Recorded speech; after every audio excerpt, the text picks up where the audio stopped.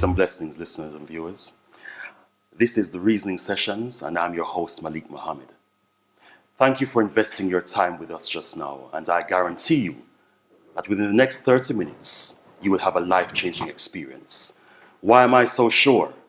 Because to my left, I am blessed today to share with us Tessa Joseph, the lady who works diligently with the Diaspora Debating Society, or rather the association.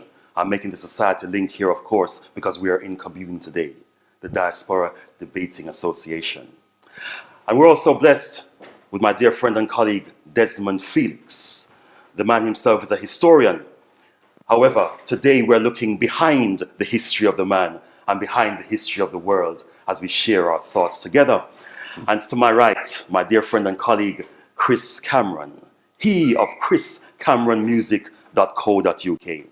So Tessa, Desmond, Chris, thank you for joining us and welcome to Reasoning Sessions.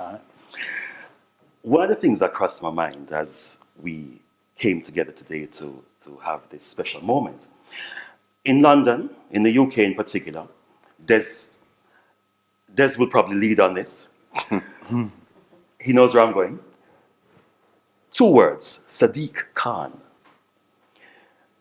the son of a Pakistani bus driver who is now the mayor of London.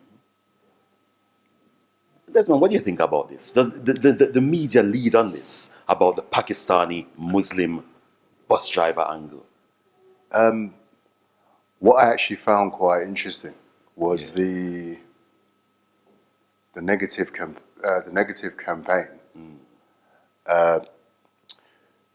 pushed at Sadiq Khan through members of the popular press. Yeah.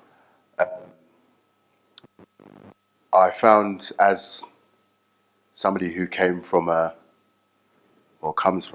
West Indian and Caribbean background, that it was something I could almost relate to, sadly, because there was this position which you were encouraged by your parents and by other people. Yes, you can get there. That's right. But That's right. when Sadiq Khan has basically been hung out to dry. We're not sure of his political affiliations. There's a bit of a difference. Are they actually important as he gets to London Mayor? Shall I just be happy that the working class Pakistani man has become the Mayor of London? Yeah. Or shall I judge him a bit further down the line when I see what he actually brings to London? Do I give you a free pass just because you're from an ethnic minority? And then this is what I'm sort of playing with at the moment. It's what I have going through my mind at the moment. It sounds like a heavy debating topic. Tessa, what do you reckon? I think I do agree. I hear what you say. I always think that with politicians, it's not only about the fact that you're from an ethnic minority background. It's about what you bring to the table. And I mean, the little that I do know about him, I mean, he was a transport secretary, wasn't he? Yes, he was under Labour. And he did a good job.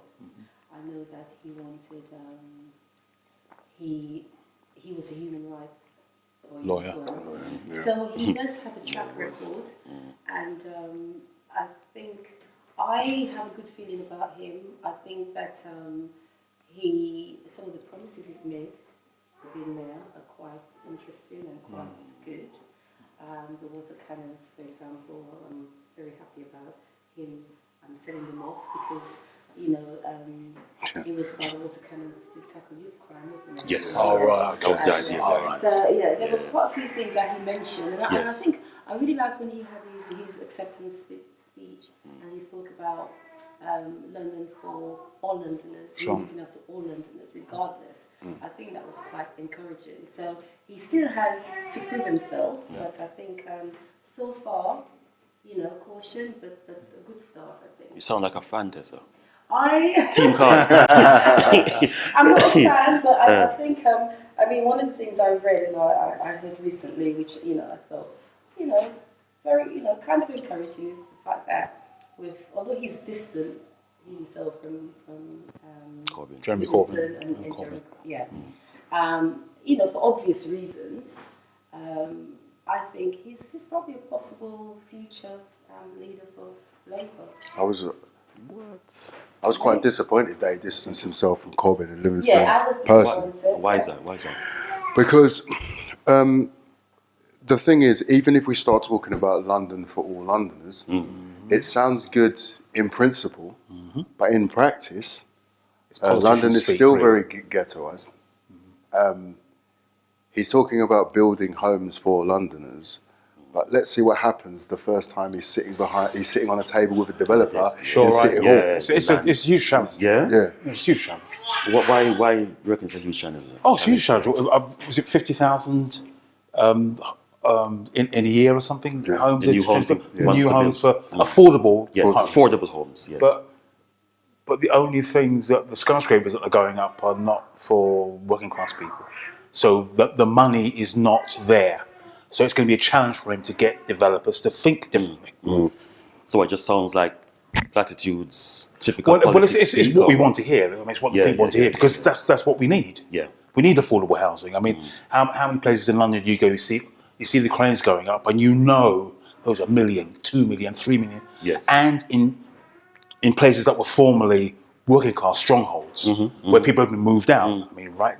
Brixton is a perfect example of that. Yes. You know? So that's going on all over London. So it's going to be a challenge for it to get people to think differently. How much do you reckon, in terms of people thinking differently, with regards to the issue of race, do you think that, or what are your views rather, on the fact that he is from Pakistani descent? Was that an issue? Could people of color, could people from disadvantaged backgrounds relate better because he grew up on a council estate and he has done so well now, etc.? Does it provide hope or anything like that? I think in the 80s and 90s, yes. Not now. Not now. Because now most politicians are, let's say, a broad stroke of vanilla. The political elite in this country is Labour, Conservative, Liberal Democrats, and some of the rest. They generally follow the same kind of, their policies are quite similar. Okay. So Sadiq Khan, although he's from an ethnic minority, he talks about things like, he talks about being pro-business and Indeed. being pro-entrepreneurship, because he's trying to win votes, which is fair play. He's trying to win votes. He's obviously got future ambition to maybe go for the top job. He can't sit there and say, he's not going to come out and say, I think rents in London are going to be capped, which is what he should be doing, in my humble opinion. But he's not going to do that because it's seen as, if you cap rents, then there's this argument that London doesn't grow, which is... But the thing is, though, you know, from an inspirational perspective, like when Obama was elected president of the United States of America, does it provide hope of a shifting in the British psyche now, that Khan in particular was elected? I think we need to be careful because that's been Barack Obama as well. Lots of people have all these high expectations that he's going to come into power and everything, all ills of society to kill. And All ills. it's kind of, you know, we need to be really careful because as you said, it doesn't matter what you come into the job with.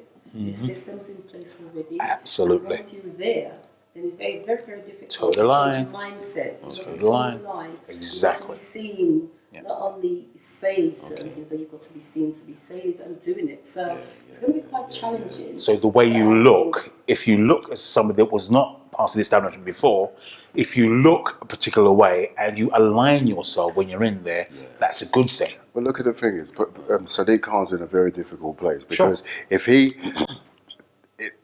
Because he comes from this a very particular group in society. If he does something to help them, then other people start complaining, say, "Well, you're not there for us." If he goes, if he becomes too much of a neoliberal, then he becomes a coconut. Oh, you forgot your people, you forgot where you came from.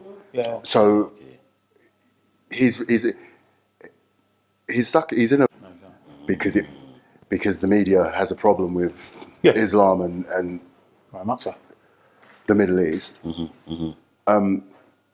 Pakistan, depending on who he upsets, 1 minute will be, this is brilliant. We play cricket against them every 4 years. We enjoy playing tests, lovely people.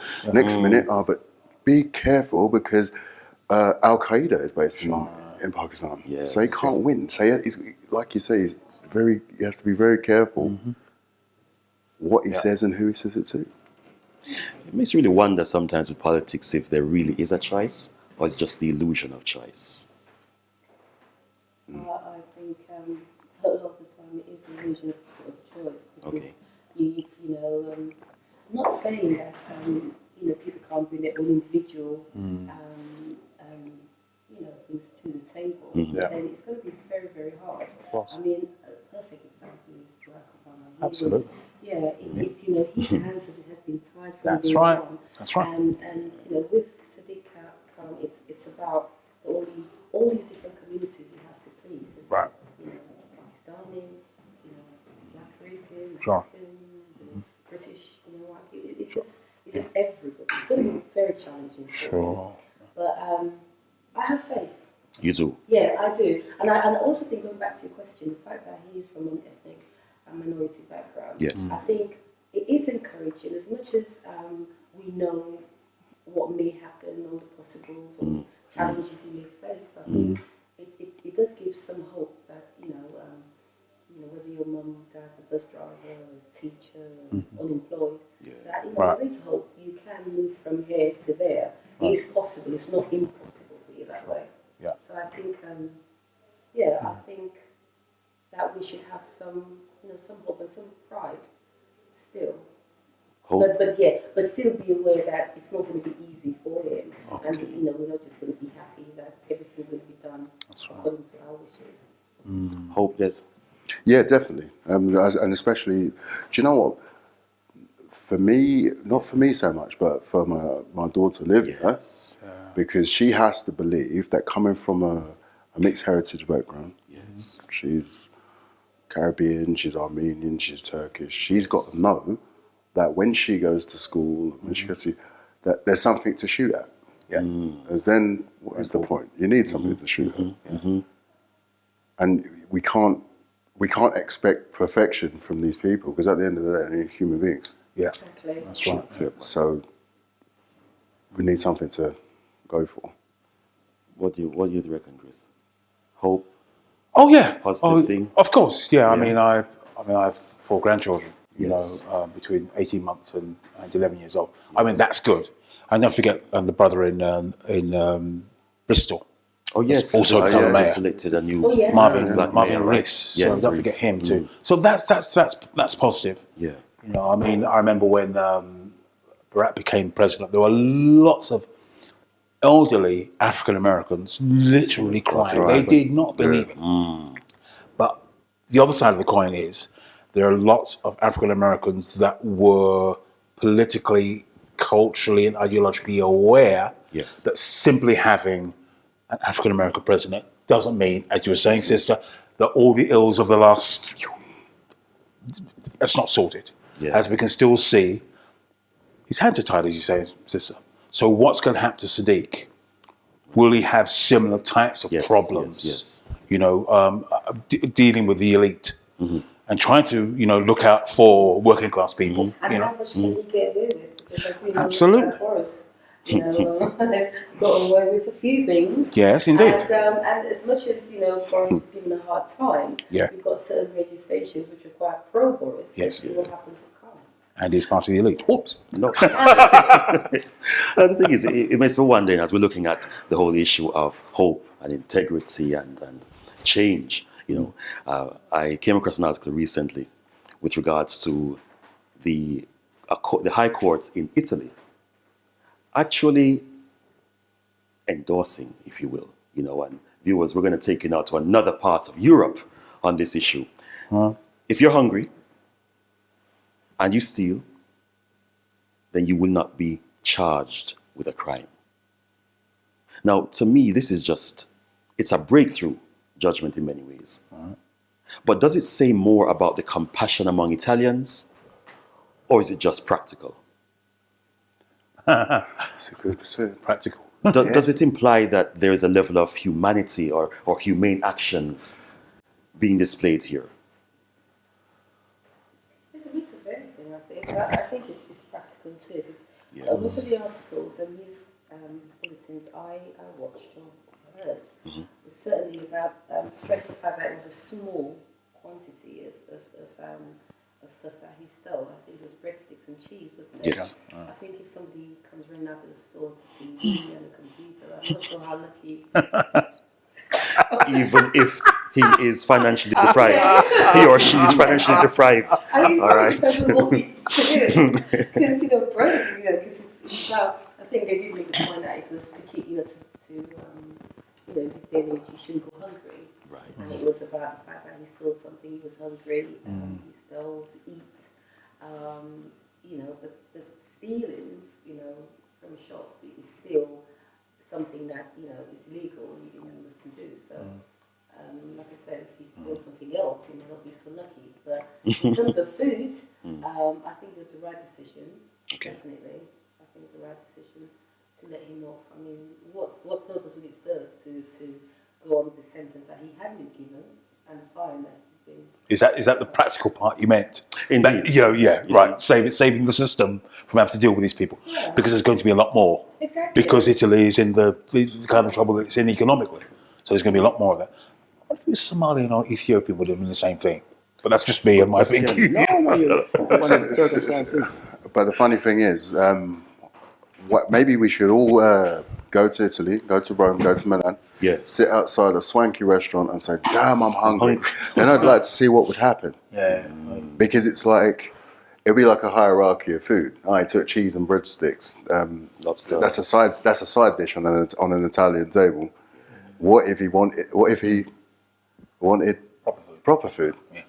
The thing is, I mean, it shouldn't be a problem, because in most of the world, communicating with people, part of the way you communicate with people is to give food. Indeed. You know what I mean? You come to my house, come and eat with me. In fact, that's a very Italian thing to think about it.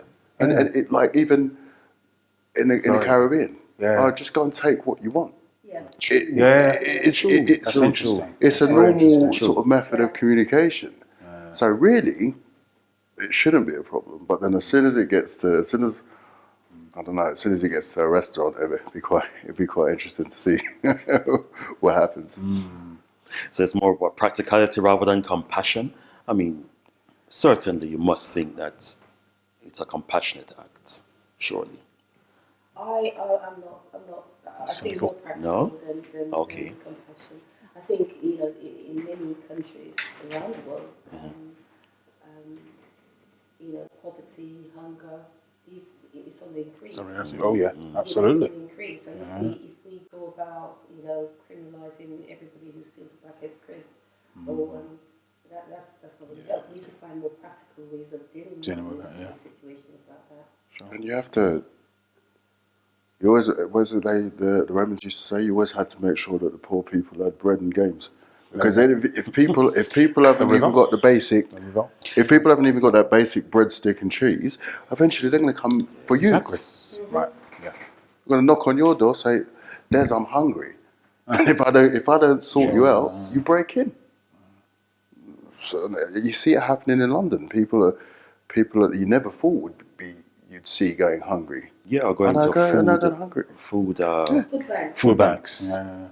So you have to. I don't know if we'll need like a, what do they call it? Like a basic income, or even, I don't know, food packages to make sure that people at least have the minimum. There's going to have to be something done practically to stop the hunger, because it will get nasty.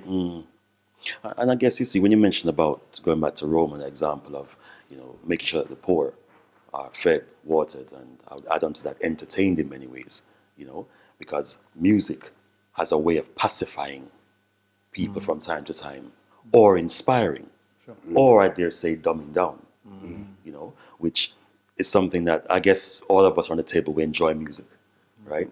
I mean, Chris, I know that in your own work as a composer, as a producer, do you find that there needs to be more integrity in the music these days? In other words, playing instruments as opposed to simply going computerized. Does it matter? Do artists have rights anymore in this age?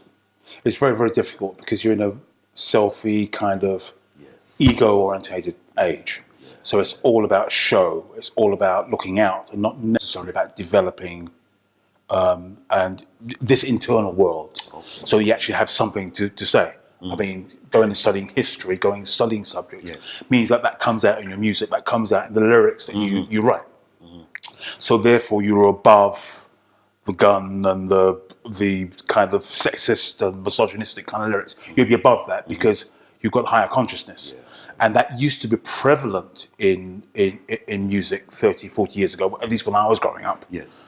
I mean, we had all sorts. I mean, there were still rubbish lyrics, but there were still some very positive things about my culture, African, Yes. Caribbean. Yes. I mean, I'm doing a project next year on Gamble and Huff.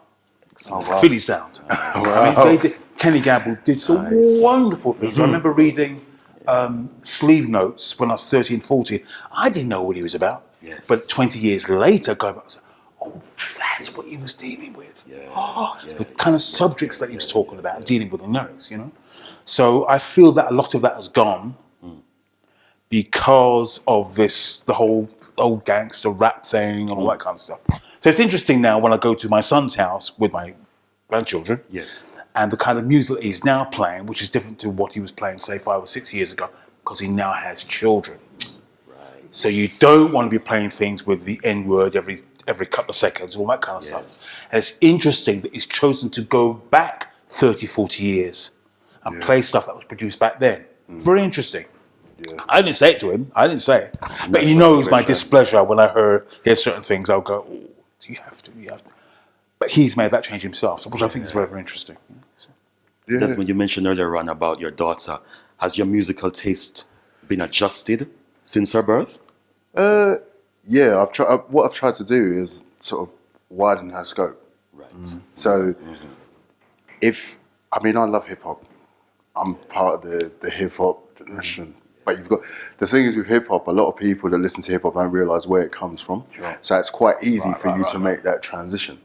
So for me, she can listen to raps, but why not? Why not a Rakim and Eric B? Sure, right? Why not? Why not?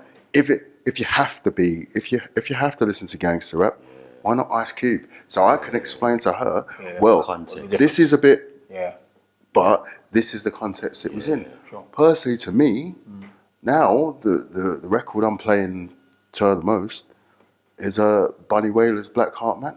Okay. Because my father played that record to me, and I used to hear it and I thought, oh, that sounds quite cool. Now when I listen to the lyrics, I'm like, wow, they relate. Yeah, right, okay. That album's 40 years old. So for her, so I want her to hear it as well, to get a love of music, get a love of instrumentation, realize what you can do with a lyric. Yes. In the Black Heart Man album, Bunny Wailer takes you across the sea to Africa via the West Indies. You don't even have to leave your living room. Just let your imagination run with you. So that's what I'm trying to sort of get her to listen to. Tessa, you know you have to enlighten us with your musical taste. What do you think about this? You know? Well, I'm a jazz, funk and soul. You are? All right. Oh, wow. Okay. All right. This morning, just before I came over, Yeah. I saw a post on Facebook, and Yes. one of my friends had posted with Peter Metro, Ika Mouse. Oh, wow. And he was like, You know about these artists? Yes, Yeah, You're I know you're Ika alive Mouse. then? Yeah. Sorry. Yeah. I want them. Yeah. So, yeah, and and I listened and I thought, wow, it was taking me back, and especially Peter Mitchell. I've always liked Peter Mitchell. Yeah. And so I think, but then this is like I said, I'm more into soul. I've got my daughter who's 19. Yes. Her dad is a reggae person, which is why I fire out all this, Peter Metric, Mouse, and all of those. But she was lucky to have been exposed to that because he always played music, and when she was in the car with him, she heard all that music. Sure, yeah. But when she was with me, she heard soul. Yes. And sometimes we'd be driving and she'd be singing a reggae track, or she'd be for Dad and then singing a soul track, and she'd be going, "Oh, this is not good. Why am I singing this song? I'm a young person. Why am I singing Mademoiselle or blah blah blah?" And I'd laugh because you could see the influences of Dad's That's right. musical taste and my musical taste. Yeah. Now sometimes she listens to stuff and I'm thinking, what is this? What's this? Yeah. What's this? There's no rhyme or reason, and it just sounds like noise. Yeah. But she's still very conscious because sometimes if she hears a track she thinks I'm going to impress by, she'd say, "Oh, there's this artist who's just come. He's not as popular as blah blah blah because his lyrics are more Yes. conscious." Yeah. And but I like all kinds of music, but I have my preference. Yes. I mean, I try to be careful with that with my Really? son when he's growing up. About listening to things, and I think, and yes, in the mind I've been thinking, "Oh, that's just noise," because I'm a musician, so I have an understanding of how the thing was put together or not put together, Or not. depending on. So I had to say, "Don't comment," or they take a sample from something from 1973, and I knew what that sample was. I had to, "Shut up! Don't say anything." Now, if my son says, "Oh, that's really cool," I'm like, "Oh, well, that's the OJs from 1973. Yes. Gamble and Huff wrote it. It was an album called Ship Ahoy. You must listen to it." Then you go and you go and check it out. You go, "Oh wow, that's what they were dealing with." So I try not to get into that area because it can be interesting listening to what people do with things from back in the day that are unmusical, that are untutored, and don't know what they're doing. Because sometimes they do come with some interesting stuff. I also got all the sampling of the old. Yeah, exactly. If you do it well. Yeah, if it's done well. But I have to give a shout for the younger guys. Yeah. I have to give a shout. Do you know what the funniest thing is? And I have to say this, it's really funny. So you're growing up and you get your hip hop album and it's got parental advisory. Yeah, lyrics, yes. And you're really happy because you're like, course this is my little revolt. And then your parents or your grandparents, they say to you, "Oh, listen to Sparrow." Yeah. And then when you listen to Sparrow, you say, "This is not fair." All the things Yeah, you yeah, said, yeah, you yeah, said yeah, to yeah, me yeah. Very true. about Very this true. lyric and this lyric and Very this is true. horrible. I listen to Sparrow and I'm like, you did not just say what I think you just said. Yeah, and then you sure ask did. him, "Dad, what does that mean?" "I can't tell you yet." And then 4 or 5 years down the line, "Mum, what does that mean?" "Well, it means." No, it's true. really interesting. In other words, the more things change, the more they remain the same. Yes. And that's why I'm just so glad that we're able to have this reasoning session today. That's why we hope for Sadiq. I hear you. It makes sense. So So any last words?